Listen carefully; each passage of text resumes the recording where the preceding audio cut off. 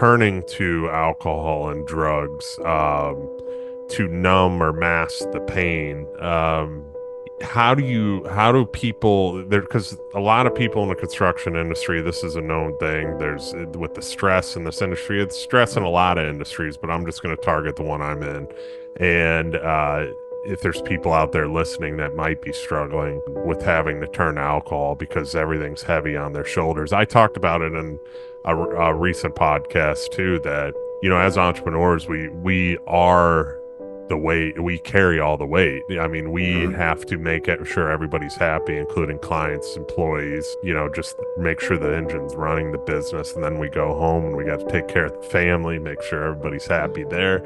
And then we usually don't have enough time on ourselves, or spend that time to like heal and help ourselves.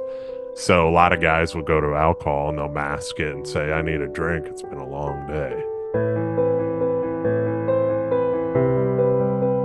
So let me tie into something you talked about earlier about the let go, let God moment. And I forgot to contrast this, but it was all control for me. It was all ego and control that like, okay, I just kept trying to control. Well, I'm drinking more and I'm drinking more. Well, let me try this, let me try that, let me try that. And my thinking was the problem. But I was like trying, like, so think about my brain and all the wiring being messed up, being an alcoholic or whatever, but trying to use the same thinking to get out of that problem. It's like you can't use the problem to solve the problem. And so that lesson of humility to trust things outside of myself and not try and control things, like control's a really big thing within alcoholism from my experience and people that I've worked with. And that's why, it makes sense as an entrepreneur, like if I do this, I get that, right? So if I drink this alcohol, I'm going to feel better. However, that comes to a really, really bad place at times. And so there are a lot of resources out there. There's programs, and the first thing, and they say this, everybody jokes about, but you've got to be willing to accept that's where you are.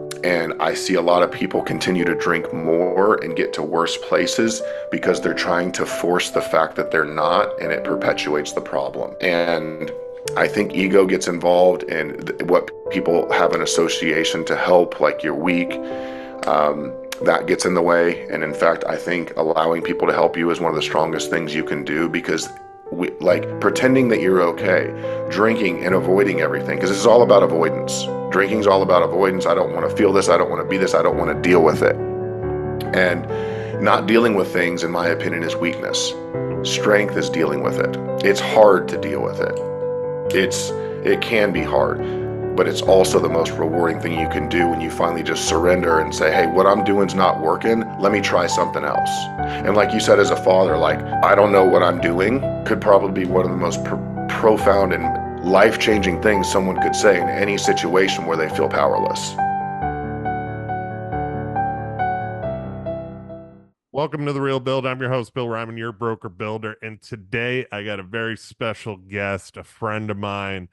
We actually go way back from the Arte Syndicate days, and him and I have gotten to know each other over the last 5 years. I've seen his growth. I've seen the changes in his life, and I'm excited to have him on and talk about those things. He's a speaker. He's a coach with Survive to Thrive, transforming people from surviving to thriving in their lives and business. He's doing a lot of big things these days. And if you guys check out his social media content too, it is awesome. Just helping people. He's been through a lot. He can say that he's definitely come out of a lot of adversity in life. And we're going to get into that today. But Andrew Finnefrock, welcome to The Real Build, man. How you doing? I'm doing great, man. Thank you so much for having me. Yeah, yeah, glad to have you on, man. Glad to just talk with you and talk about life and what you got going on now, man. I see everything you're doing. Got a big trip planned tomorrow too, so that's hmm exciting. But before we get started, let's hear about you a little bit. Who is Andrew Finnefrock so the audience knows? Andrew Finnefrock. In the best version, shortest version is I spent most of my life chasing validation, approval, and going about it in all the wrong ways. Um, when I was young, my parents divorced early, and going through a big process, I realized when I was 6 that I made the decision that I wasn't going to get the life that I wanted.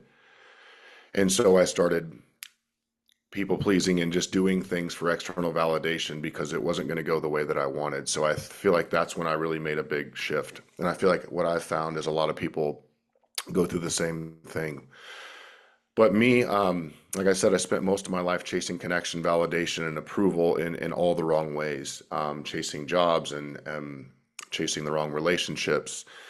And even into my later years of my life, I was doing all these things for my father's approval, to get him to really to give me the validation that I never got growing up. And this really kind of came to a head in 2021, and I'll get to that in a second. But my life really shifted in 2013, where I was really, really in bad shape, full-blown alcoholic, addict, and miserable. And I made the decision to go to treatment. And that's where everything changed for me. And when I got to treatment, I really didn't actually think I needed to be there. I went there selfishly because I felt like I needed a timeout from life. And I had a very humbling experience. And there's a couple key moments in treatment that I can share if you want me to. Mhm. You want me to? Yeah. Oh, yeah. Definitely. Yeah. So I went to treatment very entitled, thinking I wasn't one of them, and I really didn't have a problem. And um, so I'm on day 2 in treatment, and I'm sitting in this room in the back, entitled, and thinking I'm better than everybody else. And I mean, and what does that say about me? I'm in treatment, comparing myself to people. But I'm sitting there entitled, and the gentleman speaking said, this is going to get you to jails, institutions, or death. And my brain just immediately was like, he's not talking to me. And the guy walked up to me and he looked at me and he goes, you're in a fucking institution. And then, like, boom, that is where my life took a whole different direction. And that's where I realized there's a big difference between honesty and truth for me.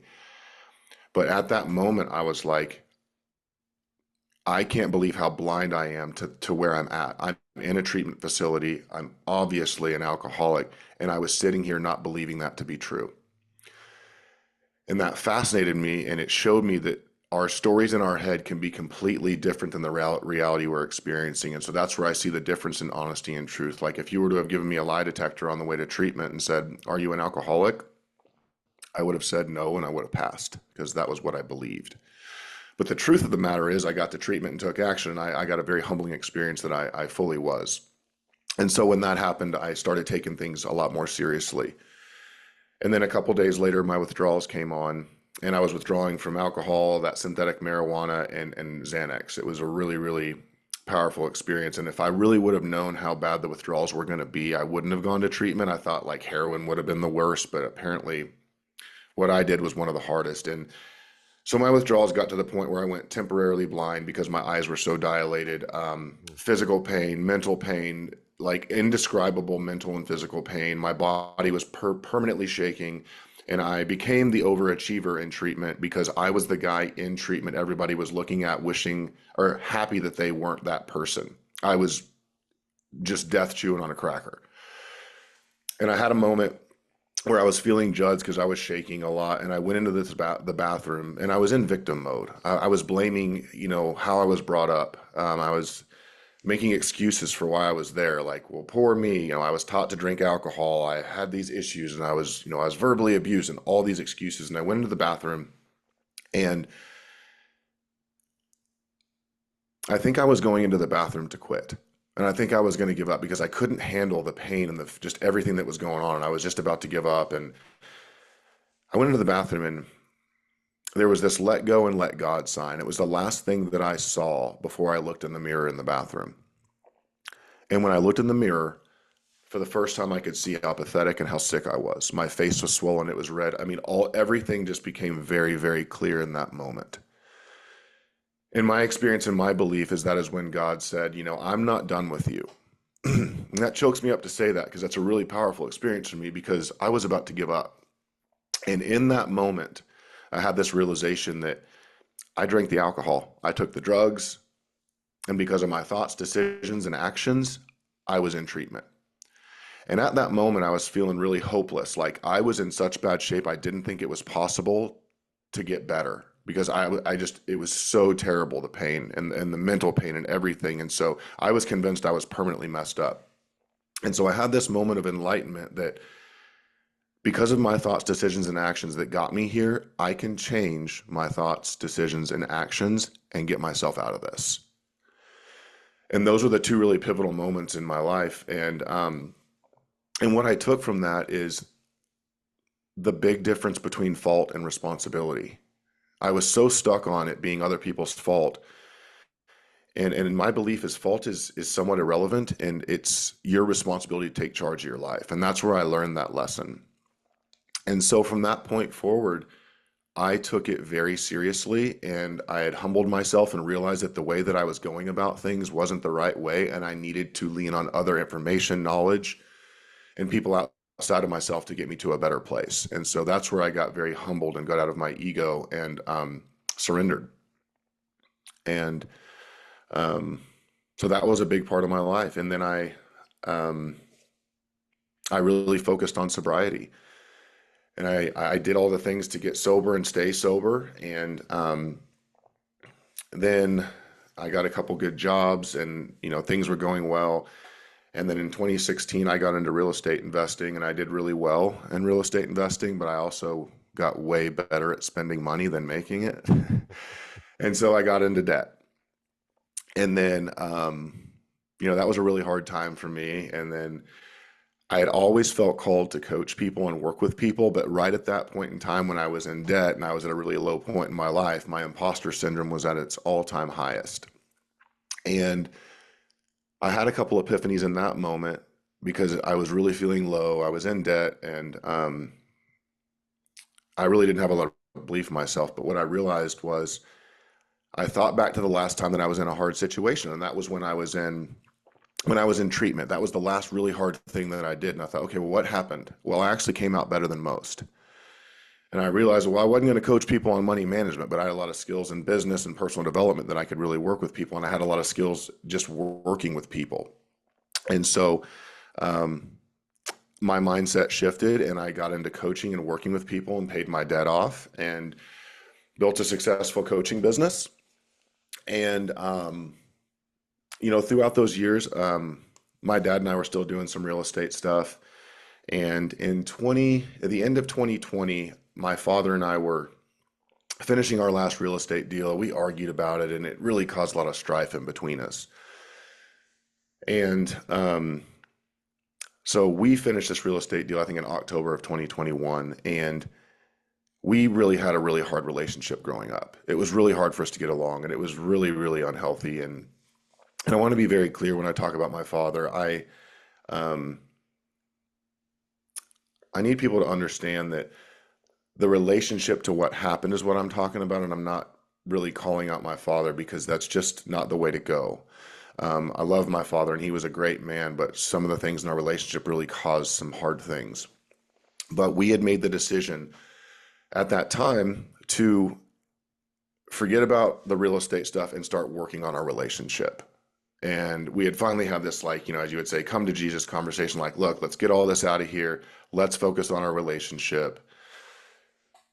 And 5 months later, he passed away. And so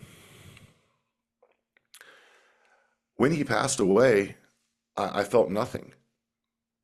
And I actually had guilt about feeling nothing. And that was in 2021. And I realized that something wasn't right. I was off, and I needed to go deeper and figure out what was going on because I felt really numb at that time. And over the last 3 years, that's been the work that I've been doing. But what I found out is I was really in survival mode, and I didn't even know it. And I had spent even my later years in this story still trying to do things for approval, and validation. And the reason I felt nothing is because I had never really taken the time to ask myself what I really wanted in life. I still was, as some people would say, shoulding on myself. I should do this. I should do that. And really the baseline and the foundation of all the coaching and everything I do is changing one word from, should to want. And I think most of us in our life are surviving in the mind and don't realize that we're doing most things because we're wanting to feel connected and get validation. But I think we're going about it in all the wrong ways if you were like me. And so that put me on this path to do the work that I've done in the last 3 years and create all the things I've done in my coaching program. And I have found that so many people right now are chasing and running from something versus running towards something. So that kind of gives you a summary of where I'm at. But what I'm passionate about now is really showing people how to get from survival mode into thriving in their life. I want to go into and I want to go into you said you talked about seeking your father's approval, and you didn't get validation from him. Um, did that was that the main factor that led you to seeking validation from other people? Do you think is that Absolutely. yeah, yeah.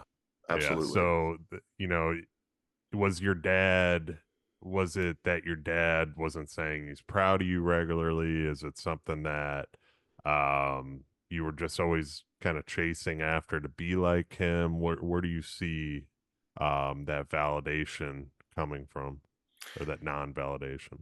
He was he was a very critical person. He had very critical behaviors, and he was, very, very hard on me, and sometimes competitive with me. But um, the reason being is he didn't know how. Yeah. And that's where I got peace around it. But what caused me to want that is I was, there was alcoholism, there was a lot of drinking, and we did a lot of arguing. And I participated in that too. And I think it would do people very well to realize they participated in it too. But I became a part of that toxicity, Mm. and I became a part of that. And a lot of the ways I could get some type of emotional reaction was yelling and arguing. And we had years and years and years of infuriated arguing, of anger and rage. I mean, almost every night.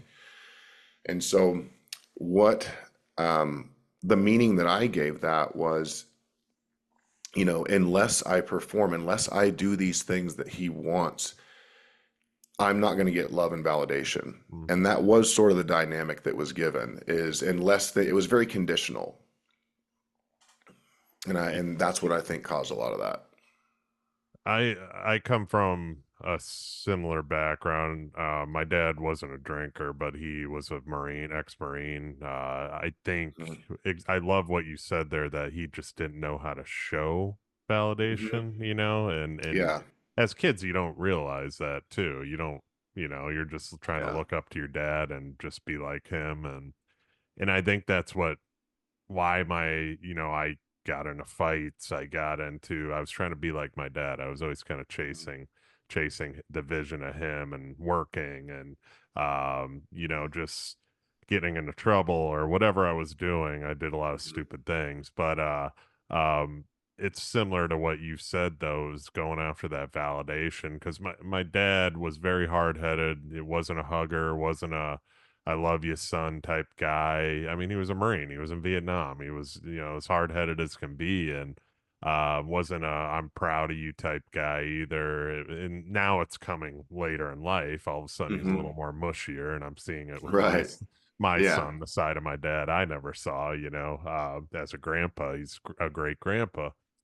But I can relate to you in a lot of ways, off of what you're saying, it's led me down some darker paths too. And um, I want to get into with you too that you said you let go and you had that God moment too. Mhm. Go into that a little bit more when you realized.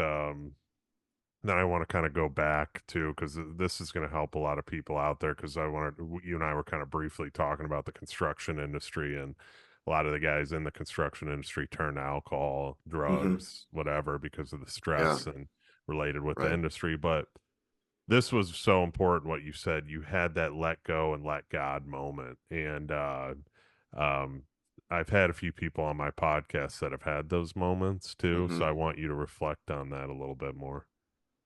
You know, as I've told this story throughout the years, I kind of blindly didn't even realize the significance of it because I just used that looking at that sign as a reference as the last thing that I saw before I looked in the mirror. But as I've processed it, it's really one of the most, spiritual experiences I've had. And the reason I say that is in an instant, I went from the victim to taking responsibility for my life. And it's kind of profound to go from how much I consumed alcohol and how much I obsessed about it to now not really even ever thinking about it. I mean, I still would love to drink and get drunk and have fun. I still would love to do that, but I understand what that is for me and what it would do if I just had one drink. But when you're asking about the let go and let God, what that means to me is trusting in something bigger than myself. And for the longest time, I had a really bad way of thinking, like, I don't want to believe in God because I don't want to be reliant on other people. And I'm not saying this is the right thinking, this is my unhealthy thinking. But so there was this, I'm going to be responsible for myself, egotistical way. But when I do a bunch of cocaine and I was afraid of overdosing and I thought I was going to die, you bet your ass my selfish self was like, Dear God, da da da da. So I definitely prayed whenever I selfishly needed it. And that's the thinking that got me into treatment, that got me into a bad place, Mhm. is thinking I can do it all. And that thinking of not listening to other people or taking any outside information um, is what got me to be in a really bad place. I and I want to reflect on going back to the father thing too, because was your dad an alcoholic too? Yes. Yeah. So Mm-hmm. and it goes into, I was just thinking to like how we can break those chains of what we were used to, right? Mm-hmm. And me as a new father now, like I'm going to break that chain of, Mm-hmm. not saying I'm proud of you to my son as often as I should, or trying to just always be that hard ass guy all the time. I mean, Mm-hmm. it's great to be a hard ass, don't get me wrong, but Right. and but it's also giving them a hug here and there and stuff like that. And I know with you too, when you become a father, it's going to be a great thing Mm-hmm. too, because all the Yeah. experiences and everything that you've gone through, and that's that reflection on that let go and let God moment too, because you've learned, you've been through it, you've made yourself a better man, so that you can give that to one of the best things possible, and that's Mm-hmm. raising a child too. And it's like there's nothing been better than raising that little guy. Mm-hmm. And it's like, and I'm always, it's hard. It's a hard thing because you're always trying to think like, am I doing this right? Because there's literally no book that can tell you how to be a parent, Mm-hmm. man. There's like nobody can tell you. Right. I can't tell you how to be a parent, just like you couldn't tell, because Right. it's like everybody wants to give you advice, and then you get home from the hospital and you're like, now what? Yeah. And you just Right. got to figure it out. But from those past trials in your life and those things that you went through, how to be a better parent too to your kid. Mm-hmm. And I just wanted to reflect on that a little bit, but I want to go into too, like, you know, the turning to alcohol and drugs, to numb or mask the pain. How do people there, because a lot of people in the construction industry, this is a known thing, there's with the stress in this industry, it's stress in a lot of industries, but I'm just going to target the one I'm in.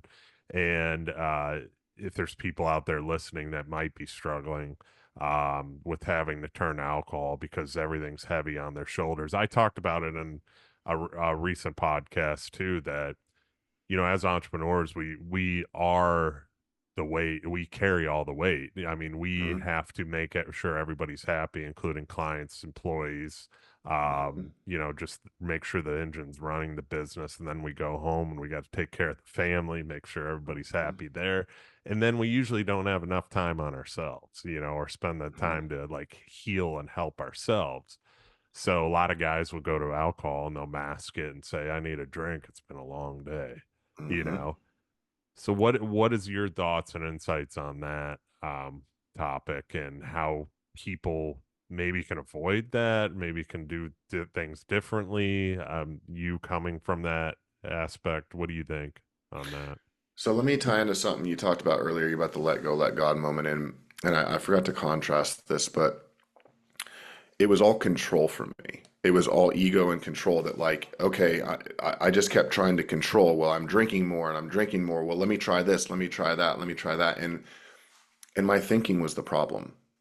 Mm, But I was like trying, like, so think about my brain and all the wiring being messed up, being an alcoholic or whatever, but trying to use the same thinking to get out of that problem. It's like you can't use the problem to solve the problem. yeah. And so that lesson of humility to trust things outside of myself and not try and control things like control is a really big thing within alcoholism from my experience and people that I've worked with. And that's why, it makes sense as an entrepreneur. Like if I do this, I get that, right? So if I drink this alcohol, I'm going to feel better, right? Yeah. However, that comes to a really, really bad place at times. And so there are a lot of resources out there. There's programs and the first thing, and they say this, everybody jokes about, but you've got to be willing to accept that's where you are. And I see a lot of people continue to drink more and get to worse places because they're trying to force the fact that they're not, and it perpetuates the problem. And I think ego gets involved in what people have an association to help, like you're weak, that gets in the way. And in fact, I think allowing people to help you is one of the strongest things you can do because like pretending that you're okay, drinking and avoiding everything, because this is all about avoidance. Drinking's all about avoidance. I don't want to feel this. I don't want to be this. I don't want to deal with it. And not dealing with things, in my opinion, is weakness. Mm, Strength is dealing with it. It's hard to deal with it. It can be hard, but it's also the most rewarding thing you can do when you finally just surrender and say, hey, what I'm doing's not working. Let me try something else. And like you said, as a father, like, I don't know what I'm doing could probably be one of the most profound and life-changing things someone could say in any situation where they feel powerless. mm, I love that, man. That's yeah, and I think a lot of people too, going off of what you said, they're afraid to talk to people. They're afraid Hmm. to they're hesitant to go to people about stressful situations, just life in general too. And I've said this before too, like your core group of people that you surround yourself with is crucial Hmm. in your life. Like you and I's relationship, like I know I can Hmm. reach out to you. Yeah. And if I need something or it's vice versa, we can help each other. And if not, we can Hmm. recommend somebody that can. But it's having a good circle of people that um they're just there for you. And I was talking with my wife about it yesterday actually because just I went through that stress period a couple weeks ago, and I there's a few guys that reached out to me. They're Arte guys or past Arte, Hmm. and they're just like, hey man, what's going on, what can we help? Hmm. Okay, here's what works for me, stuff like that. But having those outlets too, instead of just holding it all in and balling it all up and sitting in a corner, it's huge. Yeah. And so talking about like my past and my father, the way that I was, let's just say, supported or times when I needed help was really painful. It was hard. I didn't get I want to be careful how I say this, but when we grow up and we ask for help and we have really bad experiences, that tells us we create stories like, okay, it's not good to ask for help. When I ask for help, bad things happen. Mm, And so I think that's what gets in the way of a lot of people is there's reasons they feel afraid to ask for help because they've had experiences that haven't gone well. So they stay stuck in survival mode and assuming that if they ask for help, this same thing's going to happen.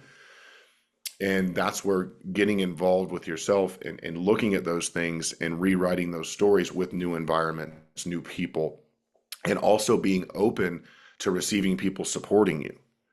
mm, We can really get in our way a lot of just not allowing people to support us or be there for us. And for me, it was a lot of feeling unworthy. And I resisted a lot of support for a long time because on a subconscious level, I felt like I didn't deserve it. And that was a really hard thing to admit. but it really goes back to a lot of like most people really, and there's so much, in my opinion, there's a lot of judgment around drinking and alcoholism. And I think that's the one thing that prevents people from really moving forward through it because there's a lot of misconceptions about it. A lot of people that I experienced, even in sobriety, making really ignorant statements about it. Hmm. So I think there needs to be some understanding for people that are afraid to get out of it because there is judgment and there is pain associated with certain environments that judge you for being in those environments. Because alcohol's become such a recommended known thing. Like it's like you go out and it's like you don't have a drink, like you're not drinking, like I doing know. doing 75 hard. Like when I was doing 75 hard and I wasn't drinking, it was like a big deal that I wasn't Hmm. drinking. You know, it's like Hmm. you're not gonna drink. No, I'm doing 75 hard. Well, what's that mean? Well, it means I can't drink for 75 days. Well, that's stupid. Why would you ever want to do that? I know. And Um, so, like, oh, this is a subject I could burn on for a while because I experienced this for a long time. And what people are really saying from my experience is like, one, if you go to dinner and you don't eat lettuce, no one's like, hey, why don't you eat lettuce? It's only alcohol. And the yeah. reason it's such a topic is because what people are really saying is it makes me feel bad about my drinking when you're not, Hmm. because they don't like to be alone. Like it makes them feel insecure about their drinking. Oh yeah. Yeah. And so, like, the two most common things happen to me whenever I tell people that I don't drink. It's like clockwork. Usually they're waiting for me to tell that, like, they're like, well, why don't you drink? But what they're really asking is, did you get a DUI? Did you freaking Yeah. kill someone in a car wreck? Which none of that. I never got a DUI. I never got arrested. I did drive drunk a lot. I just never got caught. But, and the second question, the second thing that happens when I tell people I don't drink, and you probably experienced this, is they start justifying their own drinking. And Yeah. I'm like, I'm good over here. Do what you want. I just don't drink alcohol. I actually drink, I just don't drink alcohol. But there's such a conception about it out there. Like there's something wrong with us for not doing something. And so Yeah. what people need to realize is what does that say about the person asking that? Mm, yeah. Yeah, I've noticed that too. I with friends, past friends would they'd text me being like, "Hey, what are you doing this week? I know you having a drink." And it's like it would go to that, and it's Huh? like, why do you care if I'm having a drink or not? Because you're drinking. It's like you said, they're drinking. They want somebody to drink with them, so it validates what they're doing. When Mm-hmm. in their head, they're like, I don't need a drink or I shouldn't be drinking right now or whatever, or they have to announce that they aren't drinking too, which might be a different problem, but I've had friends like that where they're Yeah. like, "Oh, I'm not drinking for till Thursday," or they make it a Mm-hmm. deadline, like a day that they're allowed to drink. And it's like you're programming yourself to have those days where it's like Mm-hmm. it's just weird, man. If you want a glass of wine, have a glass of wine. Like, Mm-hmm. you don't have to make it an announcement to the world or text me about it. Like I just I don't know. get it. But yeah, and it's exactly what you said though. I've had friends like that, still have friends like that that do that too, and Mm-hmm. they gotta announce it. But And it's there's interesting, man. Well, and there's I have lots of friends that drink around me and they don't care if I don't drink and they're good with themselves. They're good with their relationship to alcohol. That's why they don't care. But it's the individuals who, whether they realize it or not, that are drinking to just fully escape. Misery loves company. And Yeah. maybe they don't know this, but the reason they're having a problem with you not drinking is it makes them have to reflect on themselves. Mhm. And we know that's threaded all in personal development. As soon as you start growing or doing things, people try and pull you down because it creates a mirror for them. Mhm. Yeah, spot on. Spot on. It's crazy to think about now that you're bringing it up because how often it happens with like people Hmm. that I know and stuff like that too. But another thing I wanted to touch on with you too is the you one thing I watched on one of your videos that kind of stuck out to me, and a lot of people deal with stress differently, whether it's Hmm. dealing with it through anger or dealing with it through alcohol or dealing with it through drugs or other these other avenues. So one thing was dealing with anger, and in your recent Instagram Hmm. you were talking about it in your story too, and I wanted to Hmm. you to reflect on this a little bit more. This it affects a lot of business owners, a lot of construction Mhm. guys. So talk about that a little bit, those anger, that dealing with anger. A lot of people have a lot of built up things that they Mhm. don't release, and when they do release, it's like a big explosion, and it just is Yeah. terrible. So talk about that. Yeah, so anger was something that's kind of threaded a lot through my life, and I had a lot of guilt and shame about it. And I was guilt and shamed a lot about my anger, and I've received a lot of flack for it. And so it's made me create this meaning previously about myself that it's not okay to be angry. And a couple things about anger. Anger is a reaction to something, especially for people like me who never were taught to deal with my emotions. So usually my reaction to some emotional shift, rejection, or something that happened would just be anger versus a healthy way to process it. And so because I felt so guilty about having it, I would just stuff it. And it was a cycle. So I would get angry, and humans get angry. Mhm. We're like, it's a normal thing. But if we're not taught how to deal with it, it deals with us. Mhm. And that's what I found. So what I was talking about on my post was this recent process. I found a really healthy way to deal with it. And and I can talk about that a little bit on how I dealt with it. But what I realized is there's conscious ways of dealing with it and unconscious ways of dealing with it, or composed ways of dealing with it, or uncomposed ways of dealing with it. And when I used to not deal with it, it would deal with me, and I couldn't stop it, and I was really uncomposed, and I would do things that I regretted. And so this goes back to the same thing about alcoholism: is don't judge yourself for it. It's there. Deal with it. Deal with it in a healthy way. They've got rage rooms, punching bags, things like that. But when you feel it, it may not be ideal, but it's our anger to deal with. And if we stay stuck blaming other people for what happened, just like I did in the bathroom when I was playing the victim, if all we're doing is saying this person did this and I'm so angry, yeah, maybe you were wronged, and it's still your shit to deal with. It may not be ideal, the world's not fair, but if you want to be happy and fulfilled and live a peaceful life, you've got to deal with that shit. Because you can't go to that other person, and their apology is not going to make you feel better. That apology is not going to take the anger or the incident away. It's still there to deal with. And so, what I shared on my story, and this is one of the most exposing and vulnerable shares I've done, because I still have a little guilt about dealing with it, and I'm still working through it. But I was advised by a mentor, like, to that he has a heavy bag and he punches it and goes at it. Well, I didn't have one of those, and I had a refrigerator that I was about to take to the dump.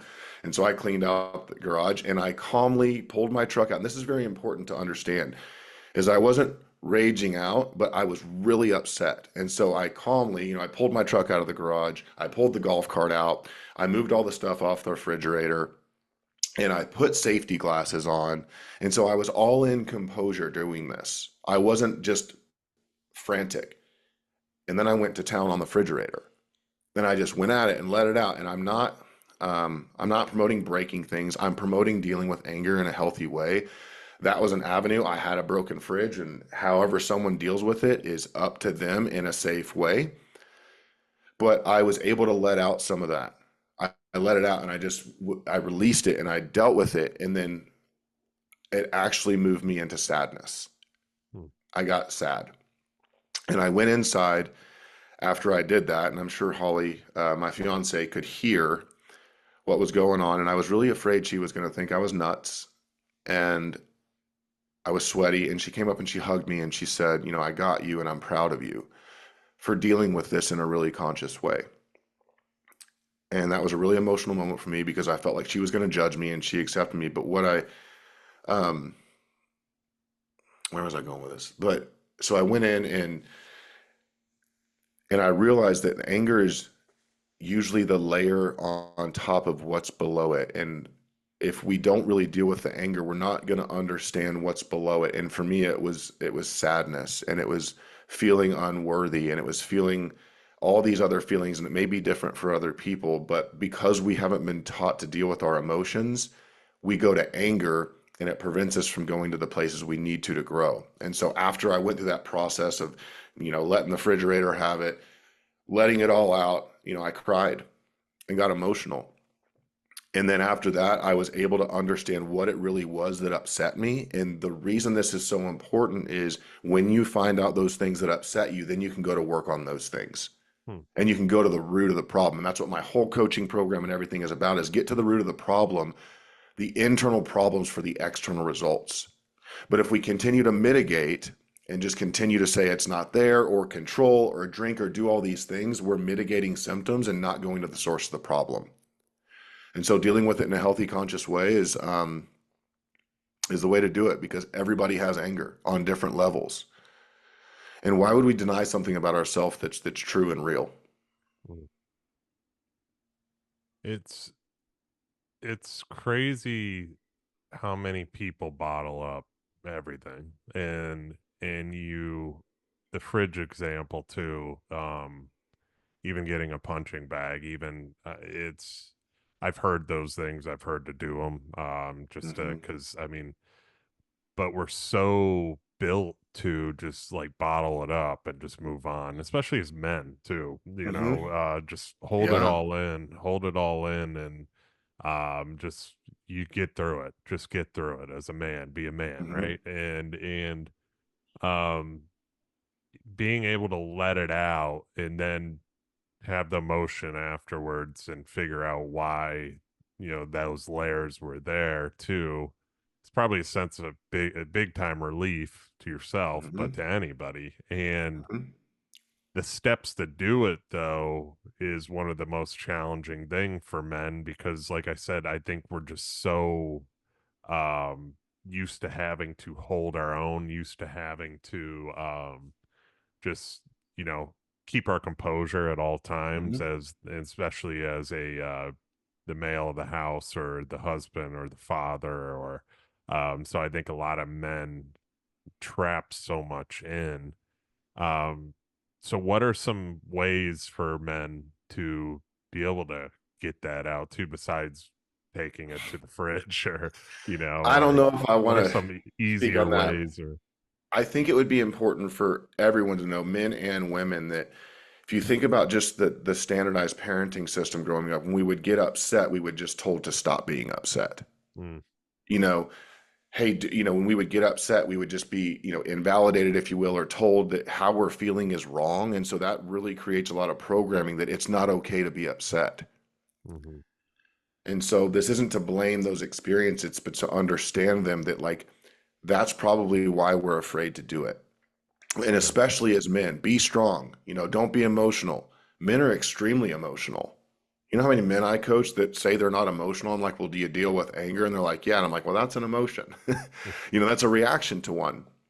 But I'm on this process, I've really, another way to deal with anger, if I just really want to get to it, is this is really where my coaching and my program gets threaded into this. Because if you build a good relationship with yourself and you start doing that work to getting into thriving and you get into alignment, your relationship with yourself is usually what is the core of that. Feeling unworthy, feeling like you're not good enough, avoiding things.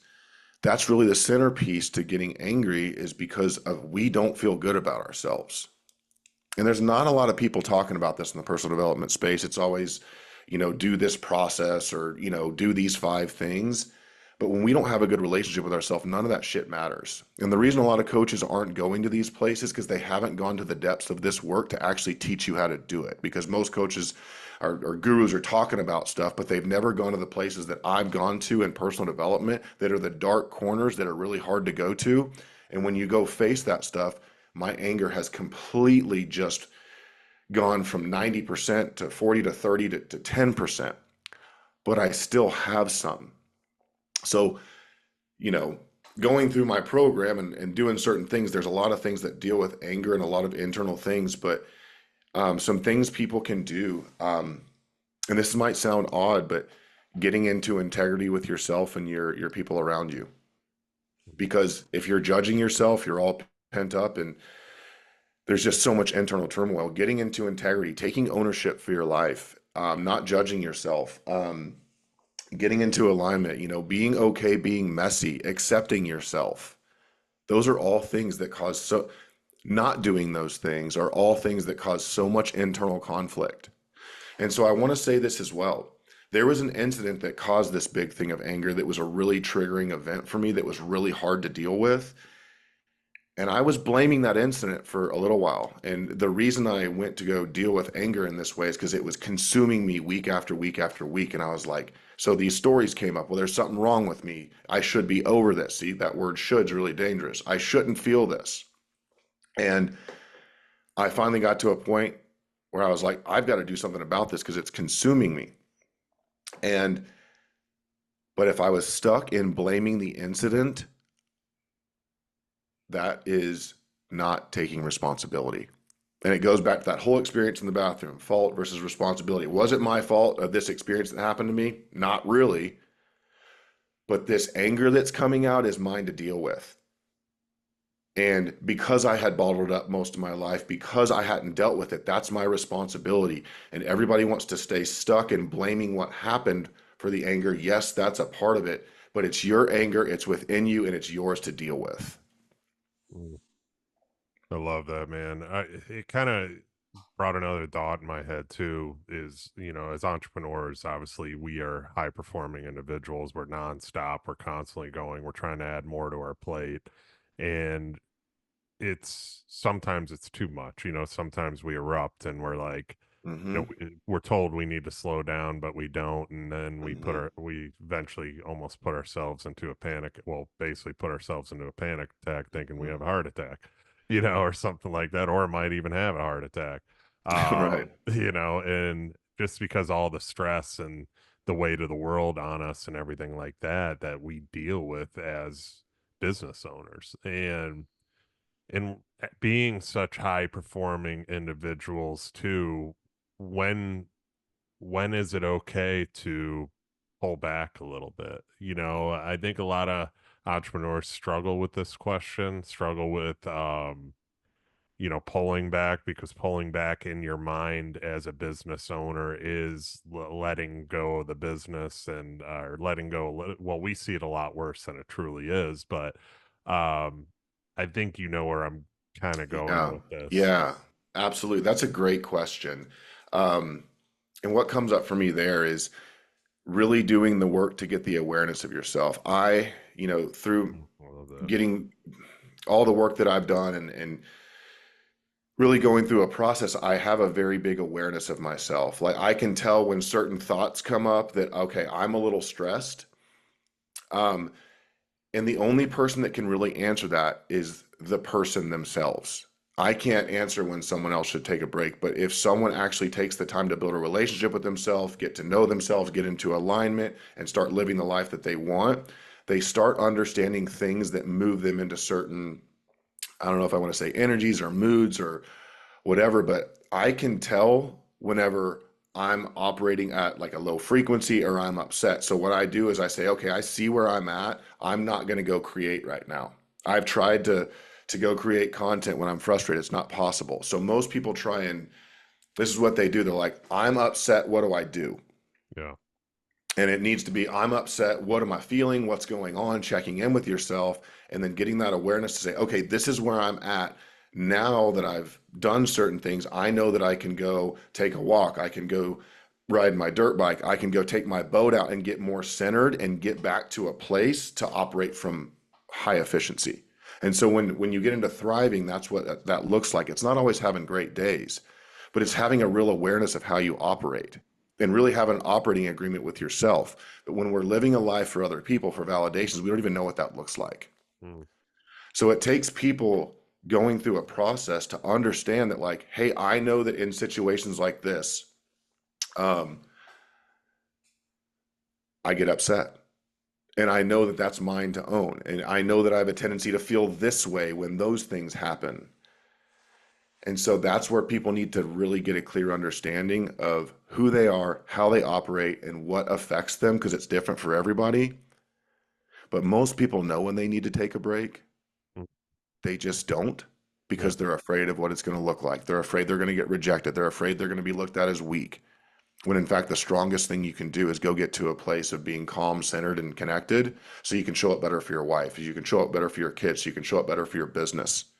But what most people tend to do when they start feeling disconnected or upset or need to take a break is they try and do more, because the story in their head is, if I do more, I will get more, I'll have more achievement, which all means I'll get more love and validation, but that's not the true story. It's an unhealthy story that causes people to burn themselves out. Yeah. And don't get me wrong, I'm all about making money and grinding and doing things, but doing it from a better place is where you get a lot more success. And there's a lot of people out there that might be listening to this that would argue like, well, I'm financially set. Great, but you're still probably surviving in your mind, and you have no idea how much more successful you could be if you did this work and got connected and got centered and had that relationship with yourself. You could blow up in ways you would never even imagine. Wow. Yeah, and the thing with with what you're saying, I mean, I've been there. I just was there. I just kept going. My wife's Yeah. like, you need to stop. You need to, I'm just like, Right. but we don't know how, and that's the thing. It's like Mm-hmm. we keep going and going and going and adding more, and it's like you see the gurus and all the influencers. They're like, break through it, just keep going. Don't be a pussy. You got to keep Yeah. working, Mm-hmm. work. That we don't stop this and that. In reality, they stop. They go through it. They have mental breakdowns. They have Mm-hmm. all these things, but you don't see that on social media. You don't see those bad things, because they don't want to show that. They don't want to show that And they weakness. haven't gone through it, to be honest. They're just copying shit and saying it because Yeah, it's trendy. yeah, And to touch on that a little bit more, it's not that you can't do more. It's just go get to a place to where you can do more from a more efficient place. mm, Like taking an hour to go chill. Like I was preparing a speech like a month and a half ago, literally about emotional regulation and doing all this stuff we're talking about. And I got a freaking message from someone that just pissed me off and took me off center just like that. mm, It- and so I was like, crap, I know I can't write this speech right now. So I went, took an hour. It wasn't ideal. It wasn't what I wanted, but I understood it's what I needed. Went and got connected, centered, and got to a really, really healthy place, and did the speech later that night mm. and still made it for the next day. And so it's having that awareness to manage yourself, because when people go and they keep trying to force things and force things and force things from a really, really angry or frustrated place, what they're producing and doing isn't good, Yeah, but it feels like it is. yeah, Because then yeah. they're operating from a place of scarcity, operating from a place of fear and frustration. And that's where a lot of things go wrong. I think we consistently push growth to a level of where we don't really see the growth. We just Mm-hmm. keep chasing. We just keep chasing and reading and wanting to learn and watching and doing all these things, but you don't really reflect on where you are. You don't really reflect on the wins that you have, and it is hard. I mean, because you're just go. What's next? Okay, this deal, that deal, I got to get Mm-hmm. this, and it's just like you don't celebrate the wins. You don't, because everything is like constantly like, I mean, my whole shelf here is full of entrepreneur books and stuff like that, Yeah. and sometimes I'm like, maybe I should slow down with that and just read a biography. Or I got some coaches here that I want to read, like Nick Saban, stuff like that, but those are kind of in the entrepreneur space too. So it's like Yeah. you keep chasing these higher levels, and it almost gets exhausting too, to where it's just too much, and it's like you're getting hit with Yeah. this coaching here, you're getting hit with this coaching here, you're reading this, you're watching this, and it's like, I don't know, it's your mind's just like, Yes. And chill. then are you really asking yourself what you want, or are you just doing what all these books are saying? Yeah. And when you get clear on what you want and what you really want out of life, when you read these books and when you do these things, you can apply it to your goals and what you want to accomplish. But if you're Awesome. just chasing what's next, it's never what's now. And if it's always what's next, when you get there, it's what's next. So there's never that win, there's never that feeling of celebration. And when people haven't done the work that we've talked about to get to know themselves and build that relationship, they don't ever get to see the growth because they have no waypoints. It's just always a big mess of, I want more achievement because I'm doing this for unhealthy reasons. And so there's no way to get any visibility on what you're doing. That's why doing this is so important, because you can see your growth. Because when, like, for example, I have barometers on certain parts of my life because I've gotten clear and dealt with them. So I have a lot more visibility on where those parts of my life are, if that makes sense. Yeah. Yeah. Yeah, and like you just said though, a lot of people do not see the growth. They don't. They just keep going and trying to grow, and you don't really notice where you've come from and how far you've come. I mean, I look at myself in a lot of ways, and my wife says it all the time. Like she's the reason we celebrate. She's like, Mm-hmm. "Hey, you sold a property. Like let's go out somewhere and celebrate. Like Yeah. we need to celebrate." I'm like, if it wasn't for her, I'd just be like, boom, boom. Yeah, we got to keep going. Like I'm not celebrating, and um, it is hard, man, and I love everything you're saying in this too, because I know it's helping. It's going to help a lot of people, especially that listen to the show, because a lot of them are like myself and how Mm-hmm. you are too, and it's just Yeah. it's yeah. This even helps me. So Oh gosh, that's it. Like, that's so funny because I mean, even when I'm coaching clients and stuff and working with them, like I'll be like, oh crap, maybe I need to go apologize to this person. I mean, the medicine we prescribe is what we need to take for ourselves. But on that point about wins, is if you're not celebrating wins, what's the point? Mm, Like, if you're not looking for wins or growth, you won't be able to see it. If it's always the next thing, you can't see it. yeah. And that's why so many people like me, when I lost my father, I expected to feel a certain way.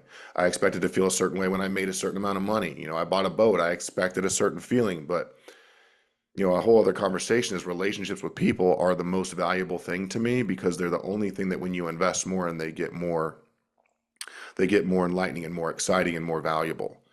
But I've learned the lesson of buying toys, and they just, I'd rather be on a piece of crap boat with 10 of my friends than $1 billion yacht by myself. Hmm. And what people are doing when they're chasing all this money and success is actually trying to get what they would get with relationships with people in a healthy way, which is connection, validation, and acceptance. And so it's funny how all that goes full circle. Yeah. Yeah, you don't think about that. Yeah, Hmm. you're 100% spot on. You chase that money because yeah, you're chasing that acceptance and Hmm. things that you never had before, and it's they're constantly chasing that too without looking at what's around them, being grateful for what you currently have, stopping and Hmm. taking those moments that and being like, wow, I've come pretty far, like compared Yeah. to where I was. We live in such a quick society where everybody Yeah. wants instant satisfaction, where it's like they don't realize what they have. They don't realize how far they've come. They don't realize, all they're doing and take the time to celebrate the wins with your family and stuff like that. Like I'm trying to do that more. I'm going Hmm. we're going on a little quick vacation. I need a day off. Like I've learned Hmm. that too. Like after my whole stress thing 2 weeks ago, I'm like, I need to take a day off. Let's take a long weekend. We're gonna go Hmm. to just Yeah. 2 hours away to Siesta Key and have ourselves a little weekend there and enjoy ourselves. And I'm like, I'm getting a house. I want a pool. I don't want to be near anybody in a Yeah. hotel. I'm gonna Yeah. relax. That's what I need to do to relax. So it's just doing those things, man, and doing it more because I was terrible with it. I still am terrible with it. I'm getting better, but it's a work in progress for sure. Yeah, and you want to create achievement for yourself. And that's why understanding what you want is so important because when you understand what you want, you can actually have feelings of success because you're achieving what you want. And the reason, in my experience, why people are still in survival mode in their mind is because they're doing all this stuff. They're getting money, Mm. but they're not getting the feeling they're expecting because they're doing it for someone else other than themselves. And do not get me wrong, money in abundance is all I'm about it, but it needs to be coming from a place of where you want it or I'm sorry, from what you want. Because if you're doing it for all the wrong reasons, it's like you're trying to build a life for someone else that's not even yours. So how can you even enjoy a life that's not yours? Mm, So my relationship with money has changed. Like the reason I want so much more money in abundance is for completely different reasons. And I'm connected to it. And so the message isn't don't chase money. It's know what you want, chase it, and get the money and see if that fills in and helps you achieve your goals. And then what can you do with that money to help you have more enhanced experiences or however you want to go about it. mhm. Yeah, it's a tool. I mean, it's a tool to Hmm. get you where you want to be. Once you figure out where you want to be, I think there's a lot Yeah, of people that still need to figure that out too, of their end goal, overall life, family, where you picture yourself. I mean, I've had the same vision of where I see myself down the road for a long time, and I know where I want to be too. And I mean, it might change. Things change over time too. absolutely. And you got to be open to things changing and not just like this is how it's going to be, because you just never know. But um, it's always good to have the vision and look forward on that kind of stuff too, but also work on yourself too, because I've learned I need to it's not it's obviously working on yourself in a personal development thing way is great, but also work on yourself as far as taking care of your body and Hmm. because all the stress and stuff like that. I've learned that that's an important thing to me where I'm taking the time to do that. Like work, this is my body is why I can work, why I can Right. do the things that I do. So I've realized that if I need to take a little time in the morning to go see this guy that I'm seeing, to make sure my back's working properly again, that's what I'm gonna do, and it's got to take a little time out of my work schedule, but that's fine. Those are the sacrifices I need to make to be a better business owner. For So, sure, man. yeah, and a lot of people I think struggle with that for sure. But I say this to everybody, man. You and I can go on for another 2 hours, three Yeah, for hours on this sure. thing, but unfortunately, because of time, I'll have you back on in the future for sure, man. And Sure, man. no, I appreciate you coming on, man. This was so good. This Yeah, is man. going to be one that I'm going to listen to a few times, and I know a few other people will as well. So, with that being said, where can people find and connect with you? Easiest way is Instagram. Like, just it's at Andrew Finnefrock. You can send me a message. I like to connect with people, questions, and I like to be accessible. I'm a real human, and I like to help people and leave people better than I found them. But the easiest way is on Instagram. Awesome, brother. Just shoot Yeah, me a message. Andrew, you're awesome, man. I was Thanks, glad we man. finally got to do this and sit down with each other, and this is going to benefit a lot of people. So I appreciate you. Yeah, thank you, man. Congratulations on everything you've done, man. You really came a long way, and it's been really cool to watch that. I'm proud of you, Yeah. man. Same to you, man. Same to you. Proud of you, and glad we have the friendship we do. And with that being said, thank you all for listening. Share this show because this one definitely needs to be shared. Goes a long way. 5-star reviews only because that's what this one deserves too. And we will see you guys on the next episode.